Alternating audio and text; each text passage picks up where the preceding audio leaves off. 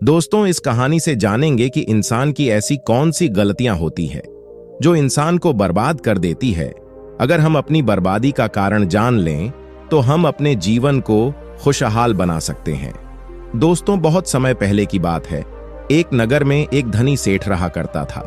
उस सेठ के पास सभी प्रकार की सुख सुविधाएं थीं, लेकिन उसके कोई संतान नहीं थी। संतान के दुख में वह हमेशा चिंतित रहता था। फिर एक दिन उसे पता चला कि उसकी पत्नी गर्भवती है और वह अपनी पत्नी का बहुत ख्याल रखता था। इसलिए एक दिन उसके घर एक बेटे का जन्म हुआ। पुत्र के जन्म से सेठ बहुत खुश हुआ, कोई कसर नहीं छोड़ी। उसका बेटा देखते ही देखते बड़ा हो गया। तब सेठ ने अपने बेटे को गुरुकुल भेजने का फैसला किया ताकि वह पढ़ लिख कर विद्वान बन सके। ज्ञान प्राप्त करने हेतु गुरुकुल भेज दिया था। गुरुकुल में वह बच्चा अच्छे से पढ़ाई करता था और अपने गुरु की सभी आज्ञाओं का पालन करता था। ऐसे में वह बच्चा धीरे धीरे वहां का सबसे होनहार छात्र बन गया। गुरुकुल में बालक ने सभी वेद, पुराण और शास्त्रों का अध्ययन किया और एक महान विद्वान बन गया। लेकिन कहते हैं ना कि समय कब बदल जाएगा यह कोई नहीं जानता। ऐसे ही एक दिन किसी प्राकृतिक आपदा के कारण उसके माता पिता की मृत्यु हो गई। और जब उसके माता पिता की मृत्यु हुई तो बच्चे की शिक्षा पूरी नहीं हुई थी। और जब बच्चे ने खबर सुनी कि उसके माता पिता अब इस दुनिया में नहीं है और उसका सब कुछ बर्बाद हो गया है, तो लड़का इस सांसारिक मोह में बह गया। इसके बाद लड़के ने कहा कि गुरुकुल से अपनी शिक्षा पूरी करने के बाद वह अपना पूरा जीवन लोगों की भलाई में बिताएगा। फिर जब बालक की शिक्षा पूरी हुई तो उसके बाद बालक साधु बन गया और वह सांसारिक चीजों से दूर हिमालय के जंगल में चला गया। अध्यापन को विश्राम देते हुए समय के साथ उनके सन्यासी की चर्चा चारों ओर होने लगी और दूर दूर से लोग उनके पास शिक्षा लेने के लिए आने लगे। और बहुत से लोग अपनी समस्याओं का समाधान पाने के लिए भी उनके पास आने लगे। वह समस्याओं का समाधान बड़ी आसानी से कर देता था, जिससे वह पूरे राज्य में प्रसिद्ध हो गया। परंतु जिस नगर में वह रहता था वहां का राजा क्रूर व्यक्ति था। जब राजा को तपस्वी के बारे में पता चला तो उन्होंने तपस्वी से मिलने का फैसला किया। अगली सुबह राजा तपस्वी से मिलने के लिए अपने महल से निकल गया और फिर वह उसकी कुटिया की ओर गया। और वहां पहुंचकर राजा ने जब उसे साधु के रूप में देखा तो वह उसे देखता ही रह गया। उसके चेहरे पर एक अलग ही तेज था। जब वह साधु के पास पहुंचा तो उसे असीम शांति का अनुभव हुआ। साधु को प्रणाम किया और उसके पास बैठ गया और उससे बातें करने लगा। वह राजा पहली ही मुलाकात में साधु के व्यक्तित्व से इतना प्रभावित हुआ कि उसी समय से उसने अच्छाई के रास्ते पर चलने का फैसला कर लिया और मन ही मन सोचने लगा कि इतनी सी मुलाकात में यह साधु मुझे इतना बदल सकता है, तो यदि यह हमेशा मेरे साथ रहेगा तो कितना अच्छा होगा। फिर राजा ने कहा, यदि तुम मेरे साथ रहोगे तो मेरा जीवन बदल जाएगा। और यह सोचकर राजा साधु से अपने महल में चलने का अनुरोध करने लगा। राजा का आग्रह सुनकर सन्यासी मना नहीं कर पाया और वो राजमहल चलने को तैयार हो गए। तब राजा सन्यासी को महल की ओर ले गए। महल पहुंचकर राजा ने साधु की बहुत खातिरदारी की और उसके बाद राजा ने साधु को एक दाहिने कमरे में भोजन कराया। भोजन के समय साधु ने राजा को धन्यवाद दिया और राजा से जाने की अनुमति मांगी। यह सुनकर राजा ने कहा कि आप हमारे बाग में जब तक चाहे तब तक रह सकते हैं। मैं आपको वचन देता हूं कि आपको यहाँ किसी भी प्रकार की असुविधा नहीं होगी और आप यहाँ रहेंगे तो हमारे लोगों को भी अच्छा लगेगा और हमें भी अच्छा लगेगा। ये सुनकर साधु ने राजा का प्रस्ताव स्वीकार कर लिया। राजा के आदेशानुसार सेवकों ने एक सुंदर कुटिया बनाई। उसके बाद साधु उसी कुटिया में रहने लगा। राजा ने उनकी बहुत सेवा की, लेकिन कई वर्षों के बाद राजा और रानी को किसी जरूरी काम से दूसरे राज्य में जाना पड़ा। लेकिन उन्होंने साधु की सेवा के लिए एक सेवादार नियुक्त कर दिया। लेकिन राजा के जाने के बाद वह सेवादार बीमार पड़ गया और अपने घर चले गए और कभी लौटकर वापस नहीं आया। तो तपस्वी को गुस्सा आ गया और उसने राजा को खूब खरी खोटी सुनाई और राजा से कहा कि जो जिम्मेदारी आप पूरी नहीं कर सकते वह जिम्मेदारी आप क्यों लेते हो। तब राजा ने तपस्वी से पूछा और कहा कि बाबा, क्या मुझसे कोई गलती हो गई है तो इसके लिए मैं आपसे क्षमा मांगता हूँ। कृपया मुझे क्षमा करें और आपका क्रोध शांत करें और बताएं कि क्या हुआ था। ये सुनकर साधु ने उससे कहा कि तुम्हारे जाने के बाद मुझे यहाँ किसी ने भोजन नहीं दिया और मुझे कई दिनों तक कष्ट सहना पड़ा। यहाँ आकर मैं भूखा रहा और किसी ने मुझसे मेरा हाल भी नहीं पूछा। ये सुनकर राजा ने तपस्वी से माफी मांगी और कहा कि आज के बाद ऐसी गलती नहीं होगी। फिर कुछ देर बाद मामला शांत हुआ। जब राजा और तपस्वी के बीच बातचीत चल रही थी, रानी भी छुपकर सुन रही थी ये सारी बातचीत। उसके बाद राजा ने उस तपस्वी से शिकायत का मौका नहीं दिया और उसकी खूब सेवा की। लेकिन कुछ दिनों के बाद राजा को किसी जरूरी काम से अपने राज्य से बाहर जाना पड़ा। लेकिन इस बार राजा ने राज्य से बाहर जाने से पहले अपनी रानी से कहा कि जब तक मैं ना आऊं तब तक तुम स्वयं ही उस तपस्वी की देखभाल करोगी। यह सुनकर रानी बोली, हाँ महाराज, आप अवश्य जाइए, मैं सन्यासी महाराज की अच्छी देखभाल करूंगी। बाद में रानी प्रतिदिन भोजन बनाकर सन्यासी महाराज के पास भेजती थी। लेकिन एक दिन रानी स्नान करने चली गई और साधु को भोजन देना भूल गई और भोजन नहीं आया। इसके बाद साधु ने सोचा कि वह स्वयं महल में जाकर देखेगा कि अब तक भोजन क्यों नहीं आया, और फिर वह महल में पहुंच गया। जब वह महल के अंदर पहुंचा तो वहां उसकी नजर रानी पर पड़ी। रानी के लंबे लंबे घने काले बाल जो कि उसकी कमर पर लहरा रहे थे, उसकी कजरारी आंखें जो देखने मात्र से ही घायल कर दे, उसकी हिरनी जैसी चाल। रानी के इतने सुंदर रूप को देखकर सन्यासी चकित हो गया और रानी की सुंदरता सन्यासी के मन को घायल कर गई और वह वहां से बिना कुछ कहे ही अपनी कुटिया में लौट आया। सन्यासी रानी के रूप की सुंदरता को भुला ना सका और वह खाना पीना छोड़कर अपनी कुटिया में पड़ा रहा।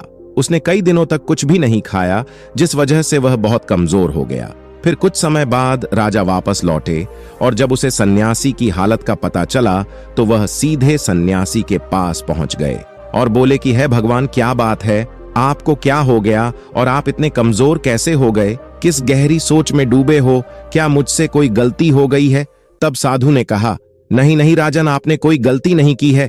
यह सुनकर राजा बोले, तो फिर क्या बात है, आप मुझे बताए, मैं आपकी समस्या का समाधान अवश्य करूंगा। यह सुनकर तपस्वी ने राजा से कहा कि आपकी रानी की अद्भुत सुंदरता को देखकर मैं उसकी सुंदरता पर मोहित हो गया हूं और अब मैं रानी के बिना नहीं रह सकता। यह सुनकर राजा हैरान हो गया और कुछ देर सोचने के बाद राजा ने उस सन्यासी से कहा, मैं आपको रानी दे दूंगा। यह सुनकर सन्यासी बहुत प्रसन्न हुआ। फिर राजा सन्यासी को लेकर महल चले गए और जब राजा और सन्यासी महल पहुंचे तो उस दिन रानी ने अपने सबसे सुंदर वस्त्र और आभूषण पहने थे। फिर राजा रानी के पास गया। राजा ने रानी से कहा कि इस साधु की मदद करनी चाहिए, वह बहुत कमजोर स्थिति में जा चुका है और मैं नहीं चाहता कि एक बुद्धिमान व्यक्ति की हत्या का कलंक मेरे सिर पर लगे। राजा की यह बात सुनकर रानी ने राजा से पूछा कि आखिर इन सन्यासी के इस दुख का कारण क्या है? तो राजा ने रानी से कहा कि सन्यासी आपकी अद्भुत सुंदरता के दीवाने हो गए हैं। राजा की यह बात सुनकर रानी ने कहा कि राजन, आप चिंता मत करिए, अब आप सब कुछ मेरे ऊपर छोड़ दीजिए। मुझे पता है कि मुझे अब क्या करना है। आपके ऊपर ना तो सन्यासी की हत्या का पाप लगेगा और ना ही उससे मेरे पवित्र धर्म का नाश होगा। रानी की यह बात सुनकर राजा ने रानी को सन्यासी को सौंप दिया। उसके बाद सन्यासी रानी को लेकर कुटिया पर पहुंचे। जब रानी सन्यासी की कुटिया पर पहुंची, रानी ने सन्यासी से कहा कि हमें रहने के लिए घर चाहिए, हम इस झोपड़ी में नहीं रह सकते। यह सुनकर सन्यासी राजा के पास गया और राजा से जाकर बोला कि हे राजन, हमें रहने के लिए घर चाहिए। सन्यासी की बात सुनकर राजा ने उनके लिए घर का प्रबंध कर दिया। फिर सन्यासी रानी को लेकर घर पहुंचा। जब रानी सन्यासी के साथ उसके घर पर पहुंची तो रानी ने सन्यासी से कहा कि यह घर तो बहुत गंदा है और इसकी हालत बहुत खराब है, मैं इस घर में नहीं रह सकती। यह सुनकर सन्यासी फिर से राजा के पास गया और राजा के पास जाकर बोला, राजन, जो आपने हमें घर दिया है उस घर की हालत बहुत खराब है। सन्यासी की बात सुनकर राजा ने उसे घर की हालत ठीक करवा दी। उसके बाद फिर रानी घर के अंदर गई और नहा धोकर बिस्तर पर आ गई। तभी साधु भी बिस्तर पर आ गया। फिर उसके बाद रानी ने साधु से कहा कि आप जानते हैं कि आप कौन हैं और क्या बन गए हैं। आप एक महान साधु थे जिनके लिए राजा स्वयं सभी आवश्यक चीजें उपलब्ध कराते थे, जिनके पास दूर दूर से लोग ज्ञान प्राप्त करने आते थे, जो लोगों को सत्य का मार्ग दिखाते थे, जो लोगों की समस्याओं का समाधान करते थे, जिन्हें सभी लोग गुरु मानते थे, जिसे सब लोग भगवान मानकर पूजते थे। और आज आप वासना के कारण मेरे गुलाम हो गए हैं। रानी की यह बात सुनकर साधु को झटका लगा और उसे एहसास हुआ कि वह एक साधु है और यह सब क्या कर रहा है। वह ये सब सुख सुविधाएं छोड़कर शांति की तलाश में जंगलों में चला गया। जोर जोर से रोने लगा और चिल्लाने लगा और रानी से कहने लगा कि मुझे क्षमा कीजिए महारानी, मैं यह क्या करने जा रहा था, मैं अभी आपको राजा को सौंप कर आता हूँ। सन्यासी की बात सुनकर रानी ने सन्यासी से प्रश्न किया कि साधु महाराज, मेरे मन में एक प्रश्न उठ रहा है, कृपया मेरे प्रश्न का उत्तर दीजिए। रानी की बात सुनकर सन्यासी ने कहा कि पूछो, तुम्हारा क्या प्रश्न है। फिर रानी ने कहा कि जब आपको उस दिन भोजन नहीं मिला तो आप बहुत क्रोधित हो गए, तब मैंने आपके ये रूप पहली बार देखा था और तभी से मैं आपके व्यवहार में परिवर्तन महसूस कर रही थी। ऐसा क्यों हुआ साधु महाराज, आखिर आपको इतना क्रोध क्यों आया। रानी की बात सुनकर सन्यासी ने रानी को समझाया कि जब मैं जंगल में था तो मुझे समय पर भोजन भी नहीं मिलता था, लेकिन जब मैं महल में आया तो महल में आने के बाद मुझे सारी सुख सुविधाएं मिली और फिर मैं इन सभी सुख सुविधाओं के मोह में फंस गया और मुझे इसके प्रति लगाव उत्पन्न हो गया और फिर मुझे इसको पाने का लालच उत्पन्न हो गया और जब मुझे यह नहीं मिला तो मेरे अंदर क्रोध उत्पन्न हुआ। फिर सन्यासी ने आगे कहा कि महारानी, सच तो यह है कि अगर इच्छा पूरी नहीं हो तो क्रोध उत्पन्न होता है और अगर इच्छा पूरी हो जाए तो लालच बन जाता है। फिर सन्यासी ने रानी से कहा, यह इच्छा की पूर्ति ही मुझे वासना के द्वार तक लेकर आई है और मैं आपके प्रति आकर्षित हो गया। इसके बाद वो सन्यासी रानी को लेकर राजा के पास गया और बोला कि राजन, मुझे क्षमा कर दीजिए, मुझे अपनी गलती का एहसास हो गया है, ये लो आपकी रानी, मुझे यह सब नहीं चाहिए। मैं अपनी इच्छा के वशीभूत होकर यह गलत कार्य करने जा रहा था और अपने जीवन को बर्बाद कर रहा था, लेकिन अब मुझे सब कुछ समझ आ गया है। उसके बाद उस सन्यासी ने कहा, हे राजन, मनुष्य की बर्बादी का कारण उसकी 4 आदतें बनती है और दुनिया की हर एक व्यक्ति के अंदर यह 4 अवगुण होते हैं, लेकिन जो व्यक्ति इन पर नियंत्रण कर लेता है वह दुख और परेशानियों से बच जाता है।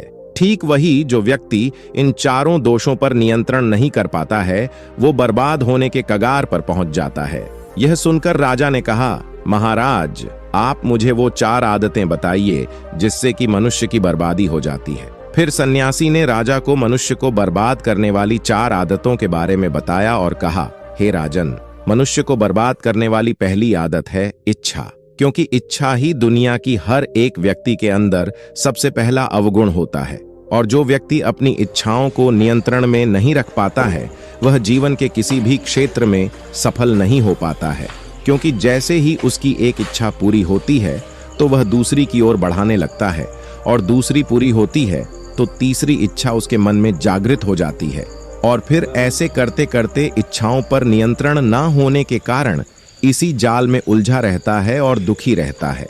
इसीलिए राजन, जब हम इच्छाओं पर नियंत्रण पा लेते हैं तो हम हमारे मन पर भी नियंत्रण पा लेते हैं और जब हमारा मन हमारे वश में होता है तो तब हमें सुख की प्राप्ति होती है।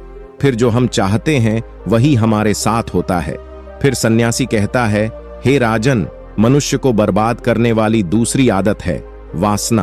वासना का जन्म हमारे मन में उठने वाली इच्छाओं से होता है। जिस प्रकार इच्छा का कोई अंत नहीं होता और मनुष्य वासना के जाल में फंसता ही चला जाता है, वासना के वशीभूत होकर मनुष्यों को कुछ भी नजर नहीं आता है। आज तक जितनी भी लड़ाइयां हुई हैं उनका सबसे बड़ा कारण स्त्री को पाने की इच्छा ही रही है।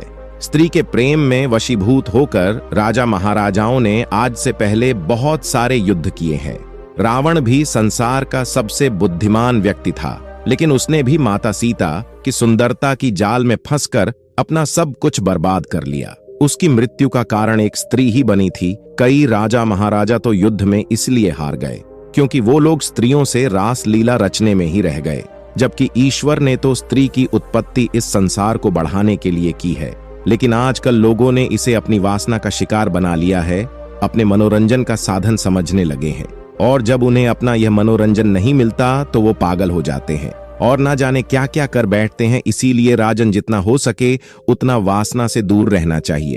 फिर सन्यासी कहता है, हे राजन, मनुष्यों को बर्बाद करने वाली तीसरी आदत है क्रोध, क्योंकि जब मनुष्य की वासना की पूर्ति नहीं होती है तो उसके अंदर क्रोध उत्पन्न हो जाता है और जब व्यक्ति को क्रोध आता है तो उस पर उसका नियंत्रण नहीं होता है और फिर वो क्रोध में आकर कई गलत निर्णय ले लेता है।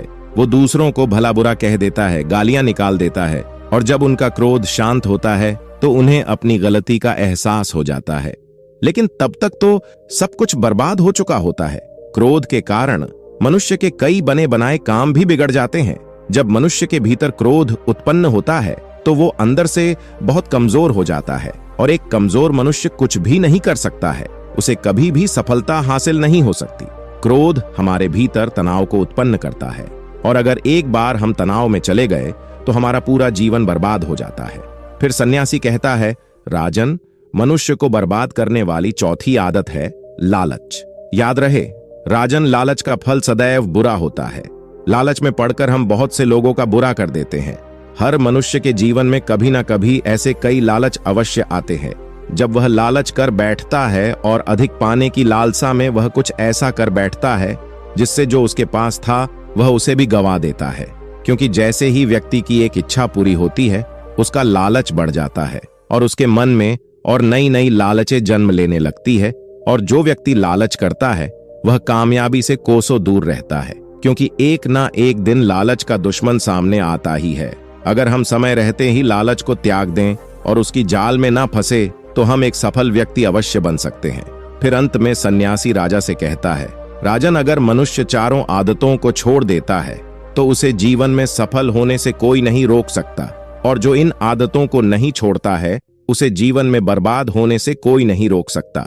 मैं एक सन्यासी होकर इसकी जाल में फंस गया था, तो सामान्य मनुष्य तो इससे बच ही नहीं सकता। इसीलिए राजन, मनुष्यों को इन आदतों से हमेशा बचना चाहिए। धन्यवाद।